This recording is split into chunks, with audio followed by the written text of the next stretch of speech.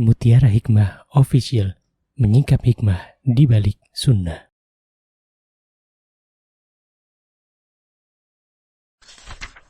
Salurkan donasi terbaik Anda untuk mendukung dakwah Mutiara Hikmah Official. Mau haji yang gak pakai antri? Daftar sekarang, insya Allah 2024 berangkat. Gratis keberangkatan umroh sebelum haji. Dibersamai oleh Ustadz Hanan Yasir dan juga Ustazah Imro'atul Azizah. Buruan daftar sekarang juga, sebelum harga naik.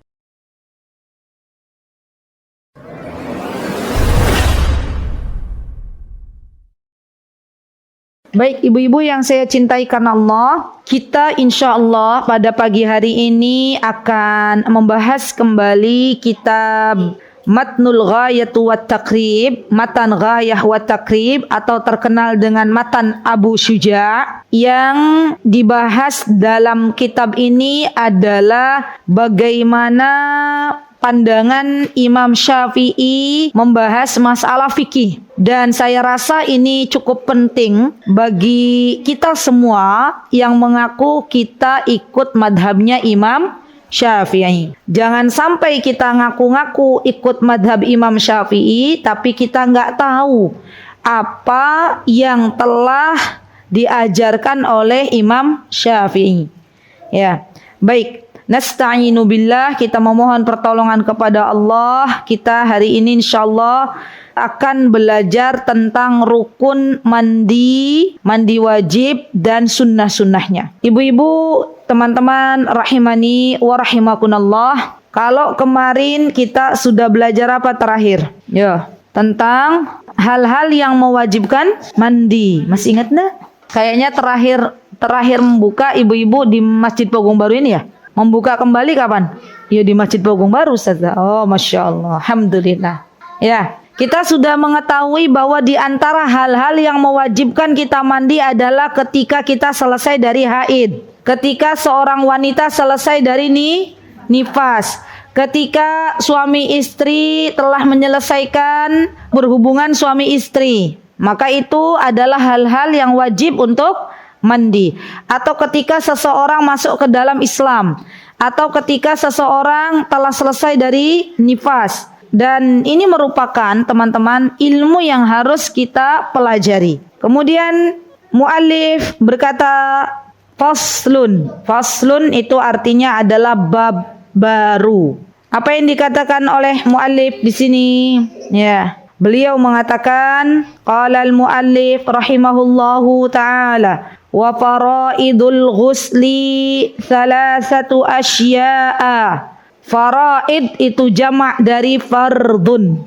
Fardun itu sinonim dari wajibun. Jadi dalam bahasa Arab itu ibu-ibu ada padaan kalimat atau ada padaan kata. Jadi fardun itu sama dengan apa? Wajibun. Ya, artinya berarti kalau kita melaksanakan maka kita mendapatkan pahala. Kalau kita tidak melaksanakan maka kita tidak mendapatkan pahala. Dan sebagian ulama menyebutkan kalau kalimat fardun itu tertulis dalam kitab-kitab fikih berarti artinya adalah ruknun. Yo, sekali lagi, terlalu cepat napa mboten, Mbah? Yang Mahfud terlalu cepat napa mboten? Mboten, Masya Allah. Baik, saya ulangi lagi. Fardun itu sinonim katanya wajibun. Tapi ulama-ulama fikih mereka menjelaskan kalau ada kata fardun di dalam pembahasan ilmu fikih maka artinya adalah ruknun. Sehingga yang namanya rukun nanti beda dengan kewajiban atau wajib. Itu beda lagi. Bedanya di mana?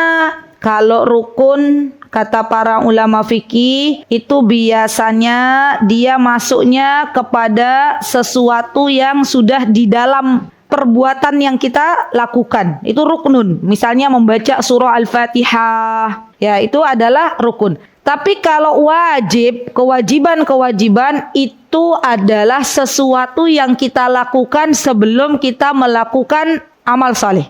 Ya. Jadi para ulama tuh ada yang menyimpulkan begitu. Perbedaan antara rukun dan wajib, Bu.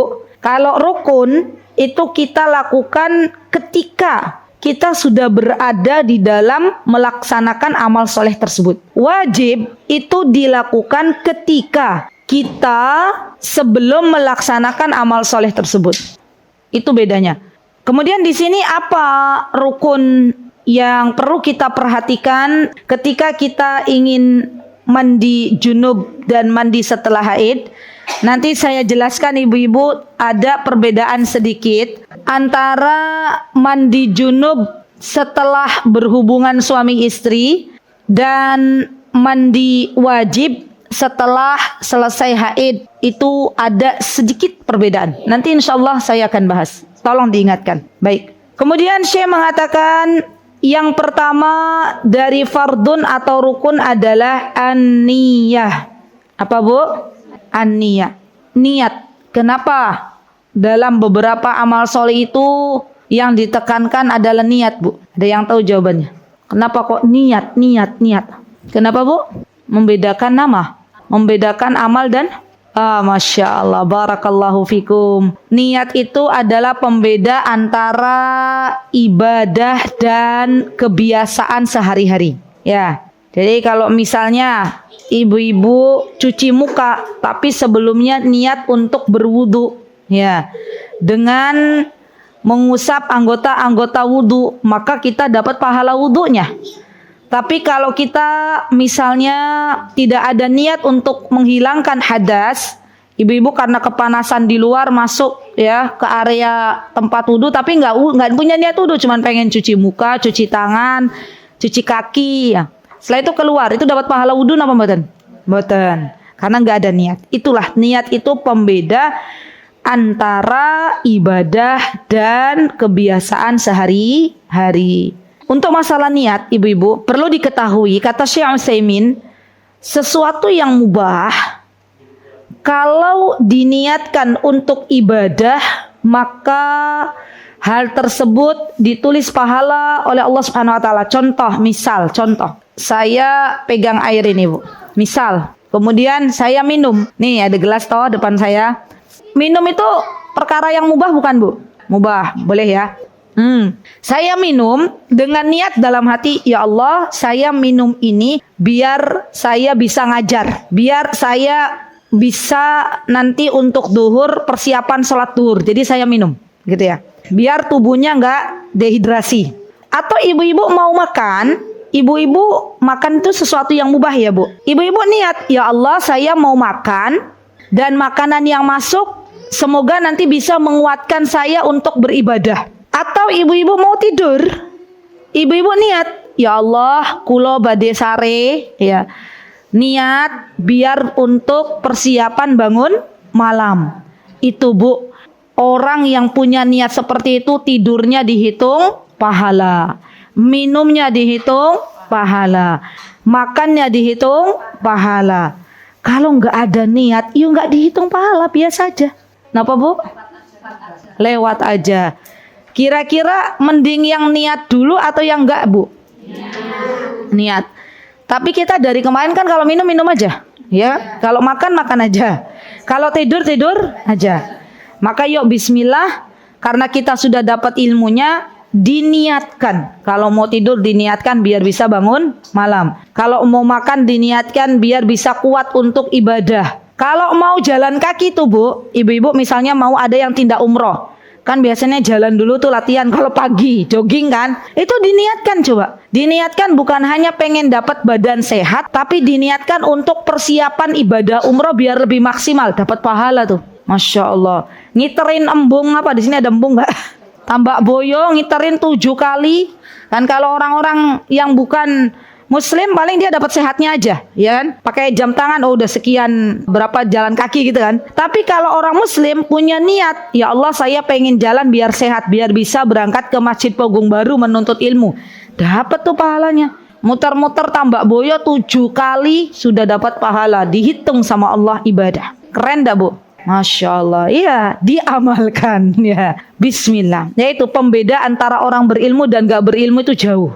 Ya, baik. Lanjut. Nah, kemudian yang kedua adalah izalatun najasah in kanat ala badanihi. Apa artinya izalah? Itu artinya adalah menghilangkan, idha'ah. Nah, bahasa Arab itu ada banyak sinonimnya. Izalah sinonimnya atau muradifnya. Kalau bahasa Arabnya sinonim itu muradif. Kalau bahasa Arabnya antonim itu biddun, ya.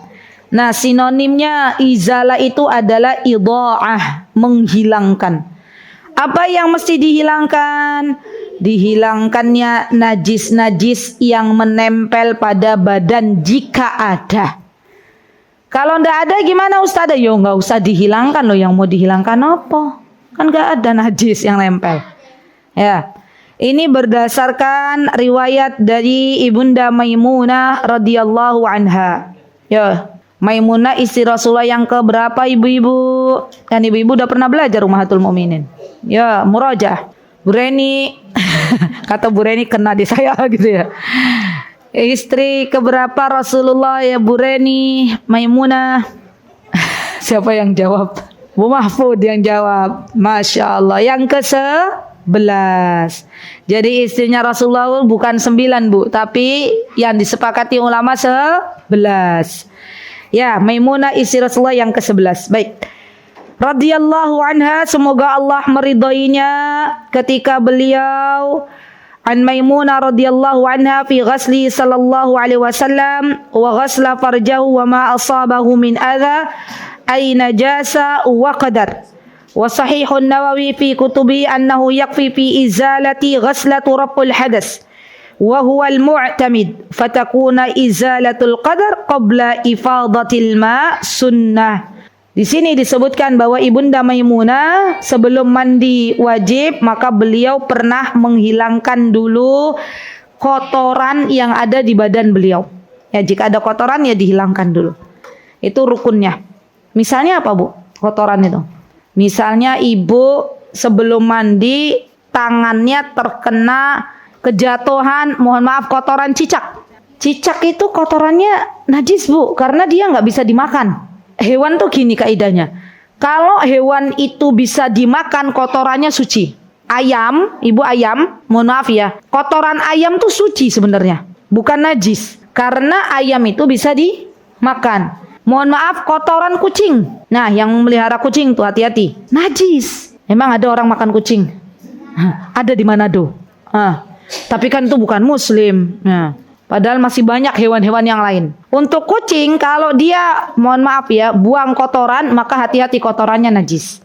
Karena dia nggak bisa dimakan.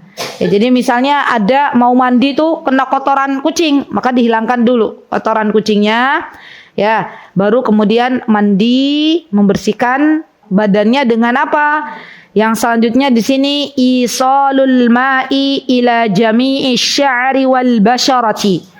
Kemudian setelah itu mengalirkan air ke seluruh badan dimulai dari atas kepala. Nah, kalau di sini nanti saya jelaskan. Baik, disebutkan di dalam kitab Matan Abu Syuja dari Ibunda Aisyah radhiyallahu anha. Ayo Ibunda Aisyah yang keberapa? Selain Bu Reni, sampingnya Bu Reni, Ibu sinten nggih, ngapunten. Saya kok ini, enggak apa-apa ya Bu, latihan senam otak. Ya, Ibunda Aisyah yang keberapa Bu? Ini yang jawab yang sebelah kiri saya sebentar. Monggo Bu. Silahkan. Yang keberapa Bu? Masya Allah, barakallahu fiik. Masya Allah. Ya, yang ketiga. Yang pertama siapa? Khadijah.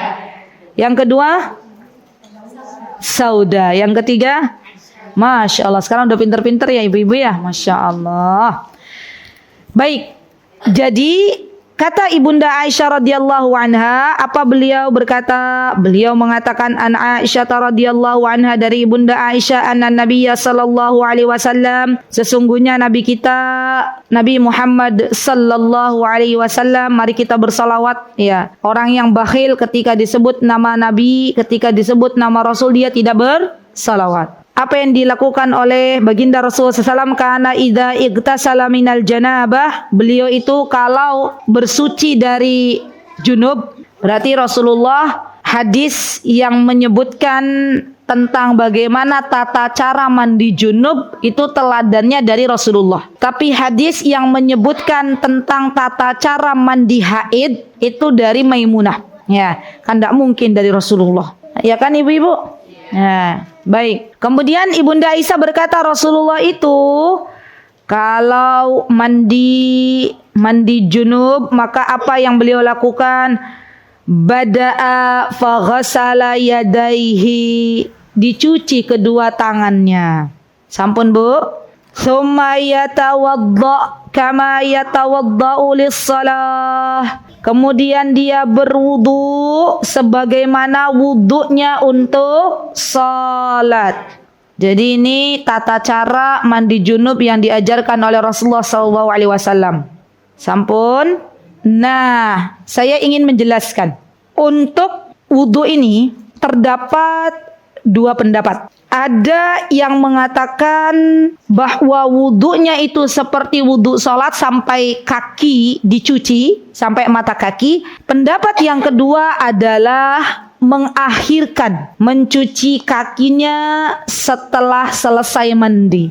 Dan jumhurul ulama menyebutkan bahwa diperbolehkannya untuk wudu dengan wudu seperti sholat. Ilahnya apa? Zaman dulu kenapa diakhirkan mencuci kakinya? Karena zaman dulu itu yang namanya toilet jamban itu masih di atas tanah gitu loh. Jadi kan nanti kalau cuci kakinya udah cuci kotor.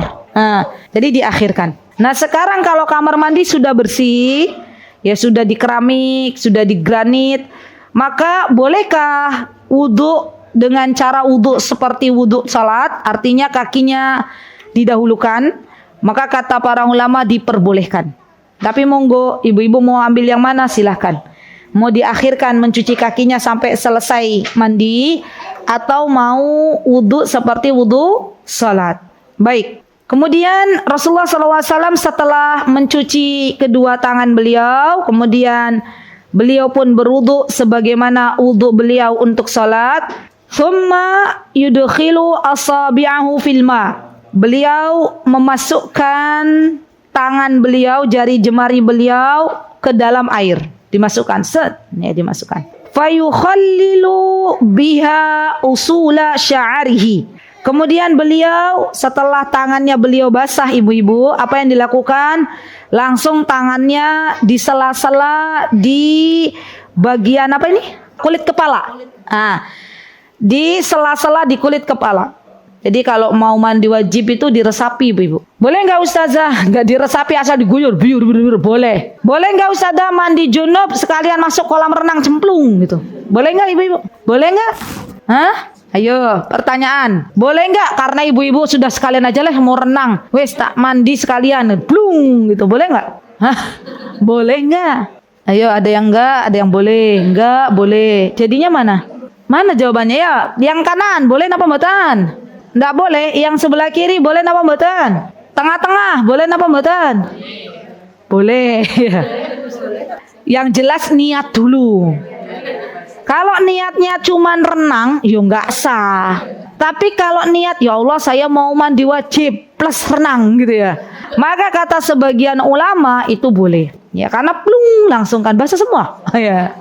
Apalagi misalnya kolam renangnya kolam renang pribadi, ya kan. Dan yang jelas ibu-ibu kalau masuk kolam renang itu tolong dipastikan badannya basah semua. Kalau cuman bajunya tok yang basah, ya enggak gitu ya. Baik. Nah, makanya ada pendapat yang membolehkan, ada pendapat yang enggak membolehkan. Ya, lanjut. Kemudian Rasulullah SAW setelah mengambil air dengan jari jemarinya dan menggosok-gosokkan di kulit kepala, baru kemudian summa yusabbu. Yusabbu itu beliau mengalirkan air. Kalau tadi kan ngambil dulu Bu, baru digosok-gosok. Summa yusabbu ala ra'sihi salasa ghurafin biyadaihi. Ya Allah, simple banget wudunya Rasulullah, hemat air Bu. Ya buktinya apa? Tadi kan memasukkan jari jemari beliau ke mana? Ke air, kan sedikit kan Bu? Langsung dimasukkan ke bagian kulit kepala. Baru kemudian beliau ngambil air dengan tangan beliau, bukan dengan gayung, apalagi dengan ember, biur gitu ya. Dengan tangan gini. Berapa kali? 3 kali. Ya dialirkan ke seluruh badan. Kita kalau sekarang mandi Bu, bisa nggak 3 kali, 3 cidukan? Bisa nggak Mbak Desi? Kayaknya Ustazah kurang afdol gitu ya. Biasanya 1 ember.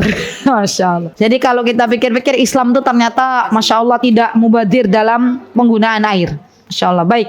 Kemudian kata beliau, "Tsumma yufidul ma ala jildihi kullah." Masya Allah. Setelah diambil 3 kali, ada yang mengatakan "Tsumma yusabu ala rasi salasa ghurafun biyadaihi." Kemudian setelah itu beliau usap-usapkan air tersebut ke badan beliau. Masya Allah. Dah rampung mandinya. Oke. Simpel apa mboten? Simpel. Iya betul, simpel. Ya. Sudah rampung. Tapi nanti saya jelaskan. Tapi nanti ada sunnahnya, Bu. Ya, kita pelajari dulu ya sunnahnya. Wa sunanihi sebentar. Waruya Abu Dawud wa ghairi an Ali radhiyallahu anhu qala sami'tu Rasulullah sallallahu alaihi yaqul man taraka mawdi'an syari fi janabah lam yusibhal ma'a fa'ala bihi kadza wa kadza minan nar qala Ali faman thamma adaitu syari wa kana yajuru syari radhiyallahu anhu yahluku. Ini perkataannya Ali. Ya, baik, kita lanjut. Wa sunanuhu khamsatu asya. Ini kita pelajari. Dan sunnah-sunnahnya itu ada 5. Yo, masih ingat mboten ibu-ibu? Apa sinonim sunnah? 1. Ini kayaknya tak ulang-ulang terus biar ibu-ibu mantep. 1. Mustahab. 2. Sunnah. Ya, 2 sunnah ya. 3. Masnunun. 4. Apa? Tatawwu'. Daspidol ibu. Apa? Sunnah. Bismillah. Kelihatan betul? Yang kedua mustahabun. Yang ketiga mandubun atau nadbun, sama. Ini sunnah sama dengan masnun. Sama ya. Mandub sama dengan nadbun. Terus tatawwu'. Satu lagi apa ya? Nafilatun. Ya. Jadi ada 5. Yang pertama sunnatun atau masnunun. Yang kedua mustahabun.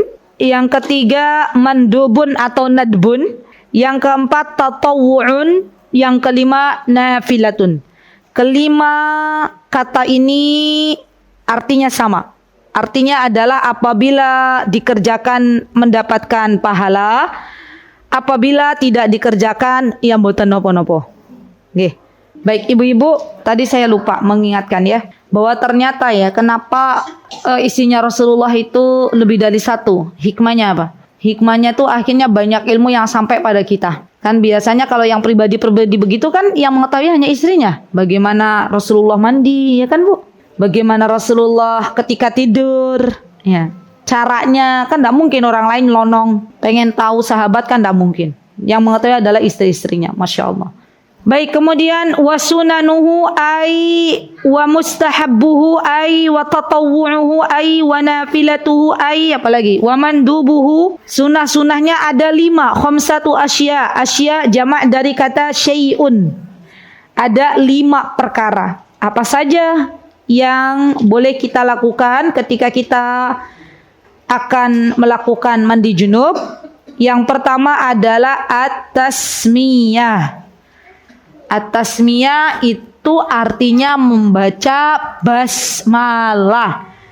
Bismillah ya, atau bismillahirrahmanirrahim atau bismillah. Dan sebagian ulama menyebutkan membaca bismillahnya kalau dia berada di kamar mandi, maka membaca bismillahnya cukup di dalam hati.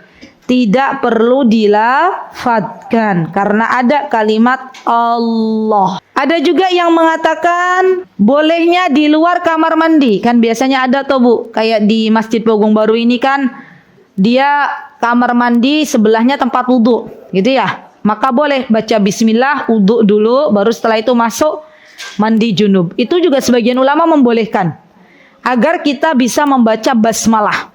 Ya. Dan membaca basmalah ini bukan rukun tapi sunnah.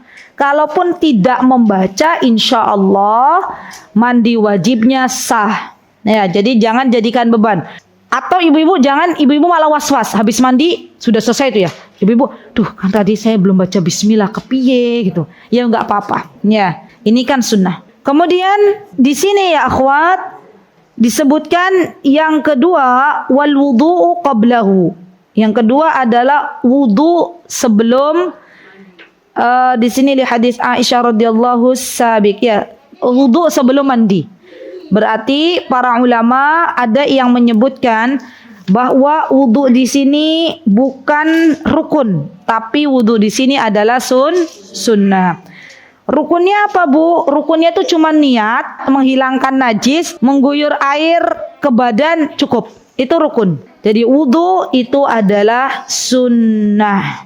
Yang ketiga, imrarul yaddi 'alal jasadi. Maksudnya apa? Imrarul yaddi 'alal jasadi. Kita menggosok-gosokkan tangan kita ke badan kita. Digosok-gosok. Ini digosok-gosok. Masya Allah. Ibu-ibu tahu nggak, Bu? Kalau kita wudu, terus kita menyela-nyela jari jemari, baik itu jari jemari tangan maupun jari jemari kaki. Kita mandi sambil menggosok-gosok badan. Itu ternyata kalau dilihat dari kesehatan, maka itu akan mengaktifkan saraf-saraf yang mati. Masya Allah ya. Keren loh, Bu. Masya Allah. Tidaklah sesuatu itu dianjurkan oleh Rasulullah dan diperintahkan oleh Allah, maka pasti ada manfaat untuk hamba tersebut. Jadi banyak tuh kalau di barat itu orang-orang non-muslim mengadakan penelitian tentang ini, tentang itu. Kemudian mereka menemukan keajaiban dalam dunia medis misalnya. Dan akhirnya Allah berikan hidayah, mereka masuk Islam. Nah itu banyak. Kita umat Islam ya kadang gak berbangga dengan syariat Islam itu sendiri. Padahal tidaklah syariat Islam itu Allah subhanahu wa ta'ala turunkan kecuali untuk kebaikan hambanya. Jadi percayalah, ketika kita diperintahkan untuk menggosok-gosokkan tangan kita ke badan ketika mandi wajib, maka itu ada hikmahnya. Baik, dan setelah menggosok-gosokkan tangan ke badan, kemudian wal muwalat. Apa muwalat? Tolong diperhatikan. Ada perbedaan antara muwalat dan tartib. Kalau dalam wudu kemarin coba ibu-ibu ingat. Itu kan ada kata tartib. Tartib itu berurutan. Dari wajah dicuci, kemudian apa, Bu? Tangan. Itu berurutan. Boleh enggak wudu kaki dulu baru berkumur? Hah? Boleh enggak ibu yang pakai kerudung hitam? Monggo, eyang, silakan. Enggak boleh ya? Masa yo kaki dulu baru kumur-kumur. Harusnya bagaimana? Kumur-kumur dulu, sembari kumur memasukkan air juga ke dalam hidung ya. Terus berurutan. Kalau mandi di sini sunnahnya itu mualat. Mualat itu apa? Mualat itu artinya ibu-ibu adalah tidak menjeda antara satu rukun dengan rukun lainnya.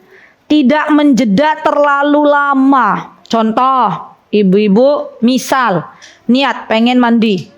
Setelah itu ibu-ibu wudu, ya kan? Wudu seperti wudunya salat. Terus ibu-ibu main HP. HP-an 2 jam. Baru setelah main HP 2 jam masuk kamar mandi lagi. Apa yang dilakukan ibu-ibu? Yang dilakukan ibu-ibu guyur air ke badan. Udah diguyur, terus mainan lagi HP-an lagi. Ya. Baru setelah itu masuk lagi, ya, kemudian menggosok-gosokkan tangan ke badan. Itu boleh napa mboten? Mboten. Itu namanya kurang gawean. Ya. Dan ini yang disebut mualat. Mualat itu artinya tidak ada jeda antara satu rukun dengan rukun lainnya. Antara satu kegiatan dengan kegiatan lainnya. Itu mualat. Ya. Terakhir, wa taqdimul yumna 'alal yusra. Yang terakhir adalah mendahulukan sesuatu yang kanan, anggota badan yang kanan dibandingkan dengan yang kiri. Maka sebagian ulama mengatakan yang namanya mandi wajib itu kanan dulu, kanan baru kemudian kiri. Gitu loh. Jadi Rasulullah itu suka mendahulukan yang kanan untuk hal-hal yang baik. Apa dalilnya? Diriwayatkan oleh Ibunda Aisyah radhiyallahu anha, beliau mengatakan karena Nabi sallallahu alaihi wasallam yu'jibuhut tayammun. Rasulullah itu suka dengan sesuatu yang at-tayammum, mendahulukan dengan anggota badan yang kanan. Seperti apa? Fi tana'ulihi, ketika beliau memakai sandal, memakai sepatu. Coba inget enggak? Inget-inget Bu, tadi pas keluar rumah pakai alas kakinya yang masuk duluan kanan dulu apa kiri dulu? Yakin? Lupa Ustazah, buru-buru orang tadi udah jam 8:05 saya masih di rumah katanya gitu ya. Jadi ya asal make aja. Nah, padahal ibadah loh. Jadi ibadah itu ibu-ibu orang yang fokus. Masya Allah, beda dengan orang yang gak fokus. Orang yang fokus tuh mau masuk masjid aja dia diem dulu sejenak, kanan dulu gitu. Mau pakai sandal apa Bu? Kanan dulu. Kalau lepas sandal, kiri dulu. Coba ada yang ingatnya tadi pas ngelepas sandal di masjid? Kiri dulu apa kanan dulu? Yakin? Hah? Kanan dulu ya? Iya. Nggak apa-apa, jujur itu bagus. Nah, ada juga yang lepas sandal, lepas sepatu kanan dulu. Coba mulai sekarang difokuskan. Kalau pakai sandal mana dulu Bu? Kanan. Kalau lepas kiri. Nanti kalau sudah menjadi kebiasaan otomatis. Jadi nanti kaki kita itu udah paham mau pakai kanan, mau lepas kiri. Sudah. Kayak ibu-ibu mau ke kamar mandi kan udah otomatis tuh. Kalau mau masuk kiri dulu, kalau mau keluar kanan dulu. Kalau masuk kamar mandi saya yakin ibu-ibu udah biasa. Tapi untuk urusan sandal ini, untuk urusan sepatu ini, kadang nggak ngeh ya Bu. Asal masuk aja. Ya tadi ada juga tuh yang tadi ngelepas pakai kanan dulu gitu ya. Hah? Karena mau melangkah ke masjid. Tapi pas ngelepasnya itu loh. Oh berarti ngelepasnya di bawah dulu. Di bawah dulu, baru naik. Nah gitu ya. Masya Allah ya Bu. Kalau kita itu fokus pada sesuatu, maka kita dapat pahalanya banyak. Masya Allah. Baik. Kiri dulu. Berarti kalau masjidnya nggak punya teras, kalau di sini kan ada teras. Berarti kan keluarnya dari pintu Bu. Sebagian ulama kalau mau keluar maka dari pintu, keluar pintu, masuk pintu pakai kanan, pintu masjid, keluar kiri. Atau ibu-ibu di ini aja, kalau misalnya ibu-ibu diinjak dulu betul. Ya. Kenapa Pak? Ya, betul, Masya Allah. Udah, ayo lanjut. Baik, watarojjulihi, nyisir. Nyisir itu Rasulullah tuh kanan dulu. Masya Allah. Ibu-ibu biasakan kalau pas anak-anaknya mau sekolah kan nyisir, disisir. Itu Masya Allah loh, itu bisa jadi bahan pembelajaran. Nah, Rasul itu kalau nyisir tuh kanan dulu. Ya. Boleh nggak Ustazah dikebelakangin semua dulu? Kan kayak gitu toh ibu-ibu. Ya boleh, nanti dibelah. Belahnya kanan dulu. Ya. Dan ini diajarkan kepada anak-anak kita. Wa tuhurihi, dan ketika beliau bersuci. Wa fi sya'nihi kullihi, dan untuk semua perkara yang baik maka biasanya dimulai dari kanan. Termasuk ibu memasukkan tangan baju ketika memakai baju. Itu kanan dulu. Ya. Masya Allah ya. Nah langsung ya dipraktekkan. Kadang kalau nggak dipraktekkan asal masuk blung gitu ya. Entah kanan dulu apa kiri dulu. Coba kalau dipraktekkan insya Allah mudah. Ya baik. Nah ibu-ibu tadi saya janji akan menjelaskan tentang perbedaan antara mandi junub dan mandi haid. Begini. Kalau mandi junub itu tadi sudah saya jelaskan. Kalau mandi wajib ada perbedaan, mandi setelah haid itu ada perbedaan sedikit. Di antaranya, mohon maaf ibu-ibu tolong diperhatikan. Sebelum mandi, pastikan ibu-ibu sudah suci dari haid. Jangan pas mandi masih ragu. Ini suci belum gitu. Karena banyak terjadi pada kaum wanita, ternyata kondisinya itu masih ada darah kuningnya. Darah itu emang bukan cuma merah tuh Ustazah. Bukan. Darah itu ada merah, ada hitam, ada hijau, tapi nggak ada biru. Makanya kalau ada yang bilang darah biru itu nggak ada. Ya, kan ada kan punya darah biru, coba dibelek, ada nggak darah biru? Nggak ada. Tapi kalau darah hitam wonten, darah coklat, sebagian ulama ada yang mengatakan itu masih darah, ya. Kemudian Syekh Utsaimin malah hijau, pernah nggak nemu Bu darah hijau? Tapi ada loh, disebutkan dalam kitab. Iya, hijau darah. Dan ada darah tuh kuning, itu darah. Jadi bukan hanya merah, iya bukan hanya merah. Kuning itu kapan disebut darah Bu? Biasanya kalau mau selesai haid. Itu biasanya kan masih ada kuning-kuning, jangan langsung suci Bu, tunggu dulu. Lah cara kita mengetahui kita suci apa belum bagaimana? Caranya ibu-ibu ambil kapas. Ada dua caranya. Kata Syekh Utsaimin, yang pertama pastikan di celana dalam tuh nggak ada apa-apa, kering, jafun, kering. Kalau masih ragu ambil kapas dicolek sedikit, ya. Dan dilihat itu kapasnya benar-benar putih. Pastikan lampu yang ada di atas bukan warna kuning. Nanti bingung ya. Dan dilihat benar-benar putih, baru kemudian kita mandi. Oke. Tapi kalau masih ada jelari merah, jangan mandi. Masih ada coklat, jangan mandi dulu. Masih ada kuning, jangan mandi dulu. Banyak tuh ibu-ibu, saya tuh kalau dapat konsultasi masalah perhaidan kaum wanita itu, ya, sudah mandi besoknya keluar lagi darah coklat. Keluar lagi darah merah, itu berarti belum suci tapi suci duluan, ya, mandi duluan. Sampun Bu, sampun. Nah nanti ada perbedaannya Bu, kita sebelum mandi itu dibersihkan farji kita, ya, alat kemaluannya dibersihkan dulu, baru kemudian nanti setelah selesai mandi ada lagi kita dianjurkan untuk nempelin minyak kasturi. Atau apa ya? Iya, minyak, di situ disebutnya minyak kasturi di farji kita. Ya. Haid. Kalau yang junub kan tadi kita sudah pelajari Mbak, yang haid. Ibu-ibu tolong itu minyak yang ditempelin di kapas nanti di kemaluan kita ditempelin, itu jangan pakai minyak wangi yang mengandung apa tuh? Bukan alkohol. Ada kan ya parfum yang dia itu mengiritasi kulit, jangan. Ya. Pastikan minyak wanginya itu yang aman. Ya. Sekarang kan minyak wangi banyak tuh. Kalau misalnya Ustazah saya tuh tipe kulitnya itu sensitif, yang nggak usah pakai juga nggak apa-apa, boleh. Ya. Daripada nanti terjadi macam-macam, suaminya malah jadi heboh gitu kan. Nah, mending nggak usah sama sekali. Sah mandinya. Ya. Gitu ya. Oke, ibu-ibu siap? Ya. Nah, kenapa ibu-ibu para ulama mengatakan di antara hikmahnya itu karena kemaluan, mohon maaf ya, saya farji atau kemaluan kita itu kan teraliri darah haid. Jadi untuk biar lebih fresh, gitu ya, biar lebih wangi, ya itu boleh. Ya. Maaf ya, bukan vulgar, tapi ini harus saya katakan ini. Ya.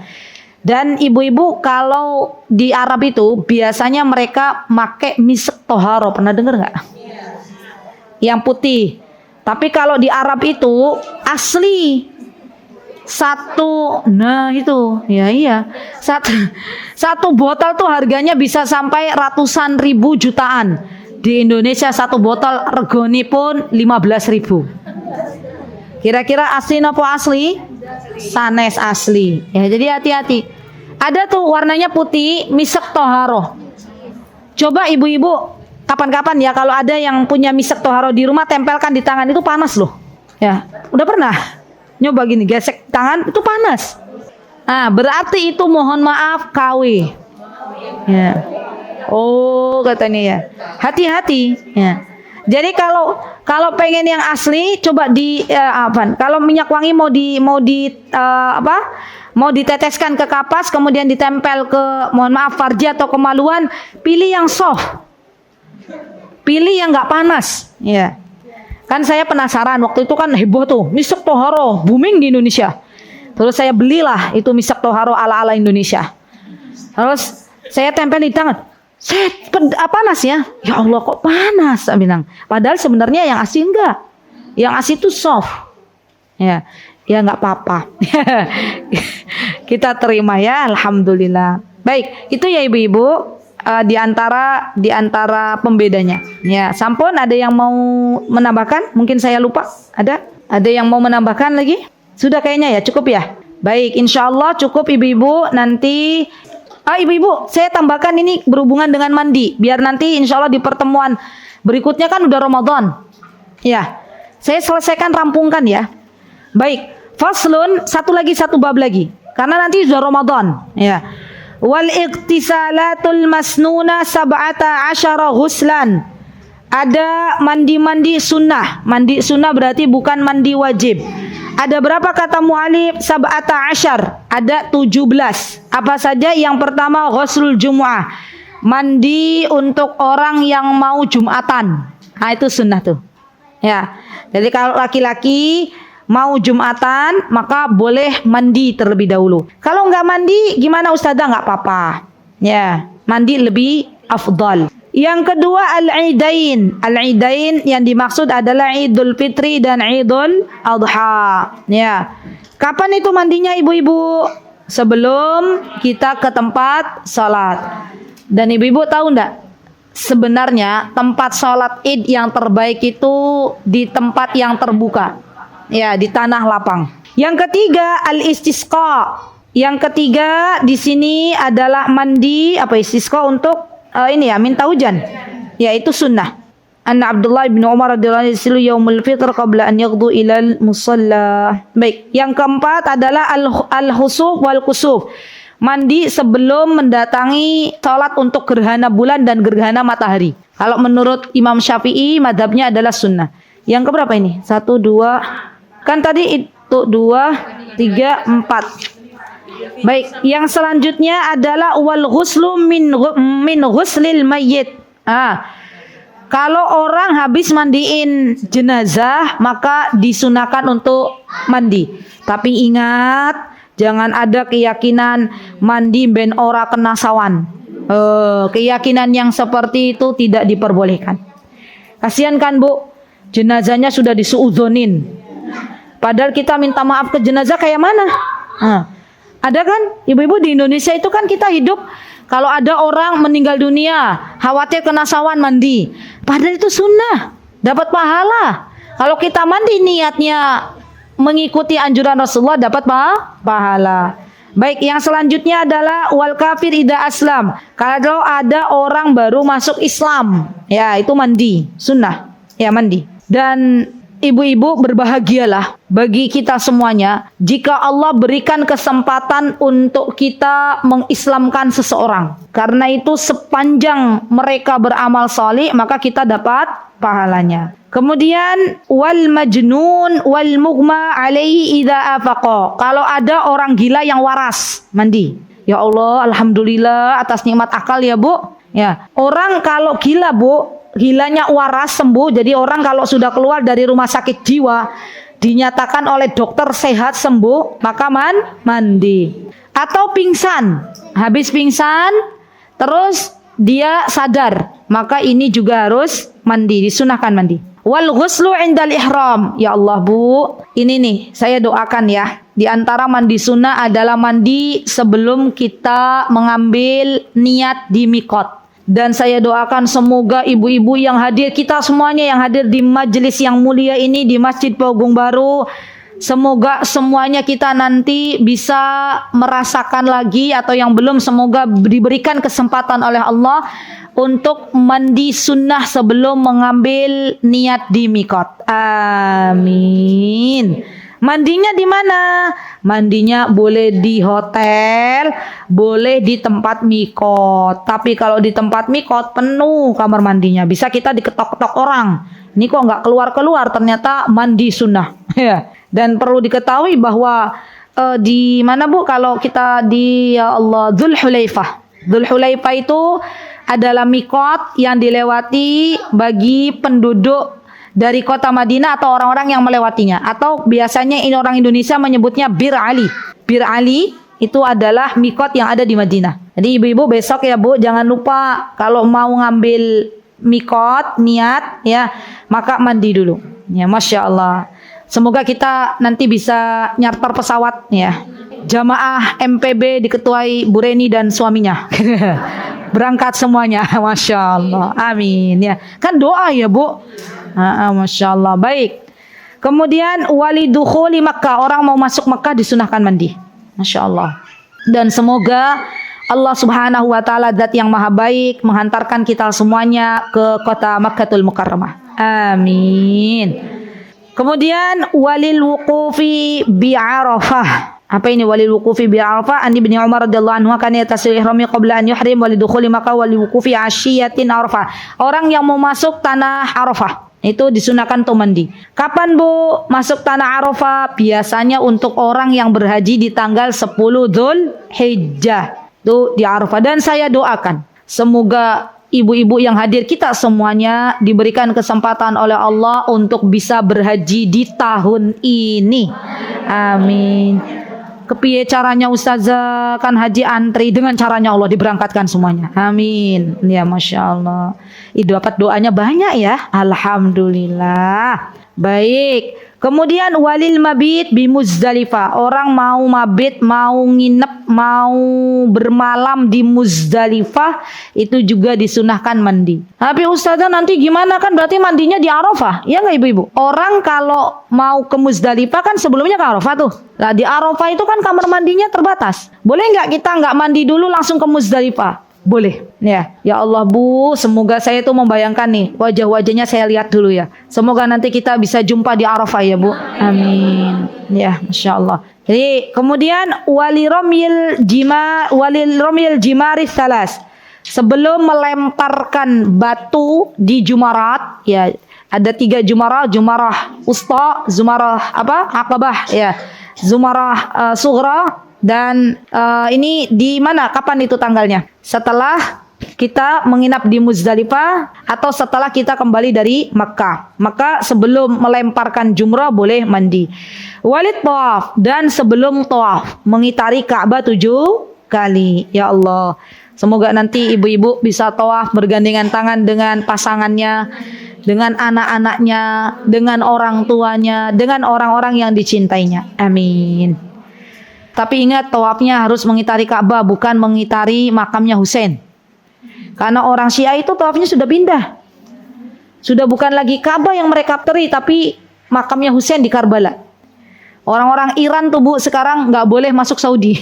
Ya, karena pernah mencoba melakukan pembunuhan kepada Imam Masjidil Haram. Ya. Ini malah alhamdulillah. Ya, semoga ini kebaikan untuk semuanya.